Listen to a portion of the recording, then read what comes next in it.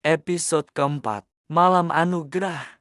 Lampu kristal dewan memantulkan kilauan pada meja-meja yang dihias rapi. Bunyi gelas dan tawa mesra memenuhi ruang ketika syarikat meraihkan kejayaan proyek besar. Di pentas, pengacara mengumumkan pemenang anugerah pekerja cemerlang. Bunyi tepukan bergema ketika nama Sarah dipanggil. Dia melangkah ke hadapan, wajahnya bercampur lega dan terharu, lalu duduk semeja dengan Tuan Harris dan beberapa jemputan VIP. Meja-meja lain turut dipenuhi pemenang kecil, juru teknik, pembangun, kaki tangan sokongan. Semua diraikan. Malam itu sepatutnya menjadi malam kegembiraan. Tetapi di sudut dewan, sesuatu yang lama terpendam meletup.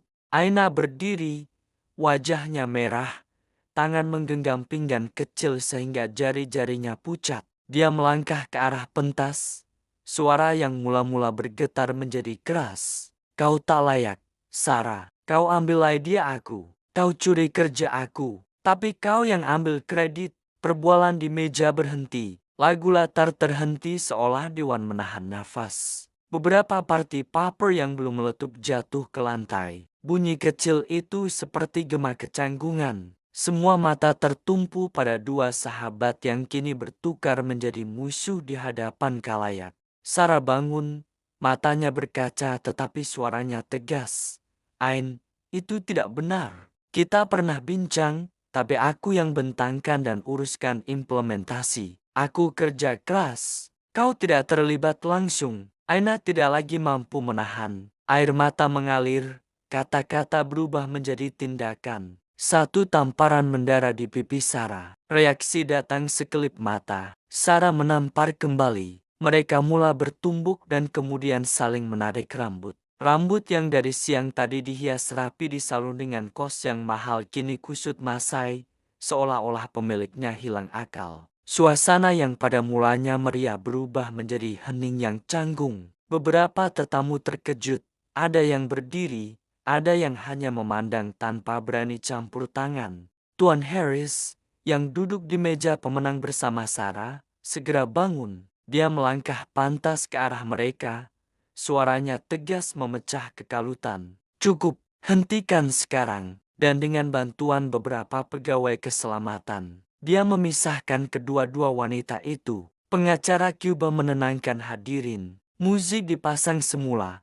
Tetapi suasana tidak pernah kembali seperti mula-mula. Malam itu berakhir dengan kekok. Keesokan paginya, pejabat dipenuhi bisik-bisik. Sarah dan Aina dipanggil ke bilik HR untuk tindakan disiplin. Mereka duduk berhadapan dengan panel kecil, wakil HR, pengurus sumber manusia, dan Tuan Harris sendiri. Panel itu memberi keputusan disiplin yang jelas dan tegas. Bukan semata hukuman, tetapi juga langkah pembetulan untuk memberi isyarat bahwa keganasan fisikal dan pertunjukan emosi di acara rasmi tidak boleh diterima. Panel menekankan bahwa tujuan hukuman bukan semata-mata menghukum, tetapi juga memulihkan suasana kerja dan memberi peluang pembelajaran. Tuan Harris menutup pertemuan dengan nada tegas. Kita hargai sumbangan setiap individu, tetapi syarikat tidak akan bertoleransi terhadap keganasan atau tingkah laku yang merusakkan budaya kerja. Jemputan kawin. Lampu dewan memantulkan kilauan pada kad jemputan yang digenggam tetamu. Tuan Harris Zulkifli berdiri di hadapan tetamu, senyum tenang di wajahnya. Terima kasih kerana hadir ke majelis perkahwinan saya. Satu permintaan kecil. Tolong behave malam ini. Suaranya bergurau, tetapi nada itu membawa kelegaan yang aneh. Sarah dan Aina duduk bersebelahan. Jarak antara mereka masih terasa. Musik mengalun, tepukan bergema, tetapi di dalam dada masing-masing ada ruang kosong yang menunggu jawaban. Selepas ucapan, tetamu mula beredar. Tuan Harris menuju ke meja Sarah dan Aina. Terima kasih kerana sokongan semua, katanya lembut. Ini istri saya. Sudah 6 tahun kami mengenali hati budi dan merancang untuk membina bahtera. Alhamdulillah baru hari ini terlaksana, kata Tuan Harris. Hai, nama saya Nadia, kata pengantin perempuan yang cantik itu sambil menghulurkan tangan perkenalan kepada Aina dan Sarah. Nadia menghulurkan tangan dengan senyuman tulus. Aina dan Sarah membalas salam itu dengan sopan, tetapi kedua-duanya membawa beban yang tidak kelihatan. Senyuman mereka tipis, kata-kata mereka terukur. Di sebalik lampu dewan yang gemerlapan, ada ketegangan halus. Bukan semua luka sembuh hanya dengan ucapan maaf. Aina menelan liur, menahan rasa yang semakin sukar dikawal, sementara Sarah memandang ke arah pintu seolah mencari jalan keluar. Perpisahan, pilihan, dan permulaan baru.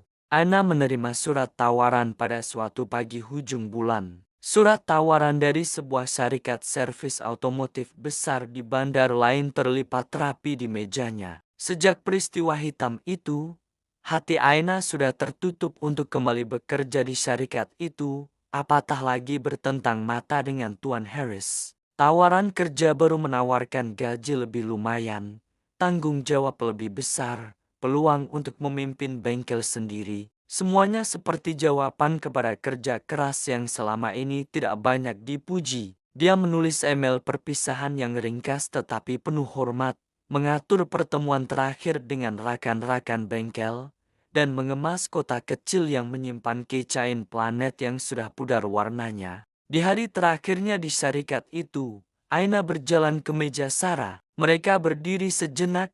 Jarak yang dulu terasa seperti jurang kini dipenuhi oleh kata-kata yang sukar diucap. Aina menghulurkan kotak kecil itu. Ain, terima kasih sebab pernah jadi kawan, kata Sarah. Suaranya serak. Aina tersenyum, mata berkaca. Kau juga, jaga diri. Jangan biarkan kerja ambil semua yang kita pernah ada dulu. Mereka berpelukan singkat, bukan seperti dulu, tetapi cukup untuk menutup satu bab. Aina meninggalkan syarikat itu dengan baik. Dia tidak menutup pintu, hanya membuka laluan baru. Di dalam hati, ada penyesalan. Di bibir, ada harapan. Beberapa minggu selepas itu, pengumuman resmi dibuat di syarikat. Puan Nadia Zulkifli dilantik sebagai pengarah operasi syarikat, jawatan yang melapor terus kepada Tuan Harris. Puan Nadia bukan figura yang hanya muncul sebagai istri pemilik syarikat. Dia juga seorang profesional yang berpengalaman, tegas tetapi adil. Pada hari pertama beliau memegang jawatan, beliau mengadakan sesi ringkas bersama jabatan. Bukan untuk menunjuk kuasa, tetapi untuk menetapkan nada baru, profesionalisme, accountability, dan peluang pembaikan. Sarah kini perlu melapor kepada Puan Nadia untuk beberapa proyek integrasi. Peralihan itu tidak mudah. Puan Nadia memandang Sarah dengan mata yang menilai, bukan menghakimi. Kita semua buat silap, katanya pada pertemuan pertama mereka. Tapi di sini, kita betulkan. Saya mau pasukan yang kuat, bukan karena siapa yang paling menonjol, tetapi karena siapa yang boleh bekerja sama. Puan Nadia mengarahkan Sarah menyertai sesi mediasi dan program pembangunan kepimpinan yang diwajibkan selepas insiden. Sarah menerima tugas itu sebagai peluang untuk memperbaiki bukan sahaja image-nya, tetapi juga cara dia bekerja dan berhubung. Dia mulai menghadiri sesi kaunseling emosi, belajar mengurus rasa cemburu dan menukar tenaga persaingan menjadi motivasi profesional. Di luar kerja, Aina membina hidup baru. Dia memimpin bengkel, mengajar anak buahnya disiplin kerja yang tegas tetapi penuh empati. Kadang-kadang dia pulang ke bandar lama untuk lawatan singkat. Setiap kali itu, dia dan Sarah bertukar message ringkas. Bukan lagi panggilan malam yang panjang, tetapi ucapan selamat dan sokongan kecil. Hubungan mereka tidak kembali seperti buayan dulu. Ia berubah menjadi sesuatu yang lebih dewasa, saling menghormati dari jauh. Pada suatu petang, beberapa tahun kemudian, Sarah berdiri di hadapan meja kecil di pantry. Dia membuka kotak kecil yang Aina tinggalkan. Keychain planet itu masih ada. Warnanya pudar tetapi bentuknya utuh. Dia menyentuhnya perlahan, lalu meletakkannya semula di dalam laci. Bukan untuk menyimpan janji lama tanpa makna, tetapi sebagai peringatan. Persahabatan perlu dijaga, Emosi perlu dikawal, dan kejayaan tidak seharusnya mengorbankan integriti. Di majelis kecil syarikat selepas itu, Puan Nadia berdiri di hadapan staf. Kita akan maju, katanya, bukan karena seorang individu, tetapi karena kita bekerja sebagai satu pasukan. Sarah menatap Puan Nadia, lalu menoleh ke arah pintu. Bayang Aina tidak kelihatan malam itu, tetapi ada rasa tenang. Dia tahu Aina bahagia di tempat baru. Dia juga tahu dirinya perlu terus membina jalan sendiri.